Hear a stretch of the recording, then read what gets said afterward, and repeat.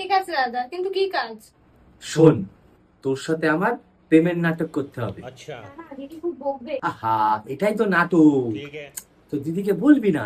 समझ गया ব্যাপারটা শোন, এই যে তোর দিদি মাস গেলে অন্নপূর্ণা ভান্ডারে 3,000 টাকা পায়, টাকা পেয়ে তো বিরাট ভাব দেখায়। এই যে বিশাল ভাব দেখাচ্ছে, এর তো একটা কিছু করতে হবে। এখন তুই আর আমি প্রেমের নাটক করব, তোর দিদি যদি দেখে, দেখলেই তো রেগে যাবে।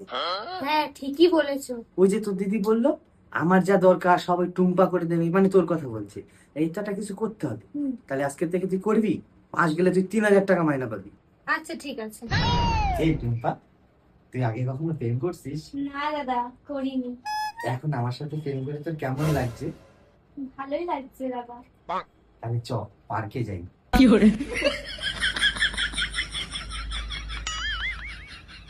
এই দেখ, তোর দিদি সব দেখছে শুনছে, এবার দেখবি লম চলায়।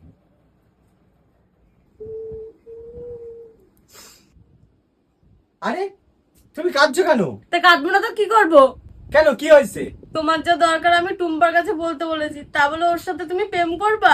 কেন, যখন বলছিলা আমার যা দরকার সব টুম্পার কাছে বলতে, এখন আমার ইচ্ছা হয়েছে টুম্পার সাথে প্রেম করব, তাই আমি প্রেম করছি।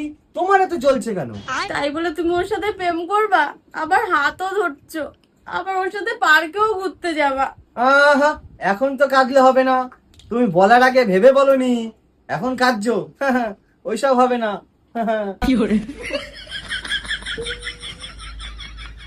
বৌদি, তুমি কাঁদছো কেন? এই তুই চুপ কর, তুই এখান থেকে যা, তোর কাজে নেওয়াটাই ভুল হয়েছে। কি হয়েছে? তুই আর আসবি না আমার বাড়ি কাজ করতে। আরে, তুমি যে অন্নপূর্ণা ভান্ডারের টাকাটা পাও, সেটা নিয়ে তোমার তো খুব ভাব বেড়ে গেছিল, তাই দাদা আমার সাথে নাটক করছে। নাটক? আরে দাদা আর আমার মধ্যে প্রেমের নাটক।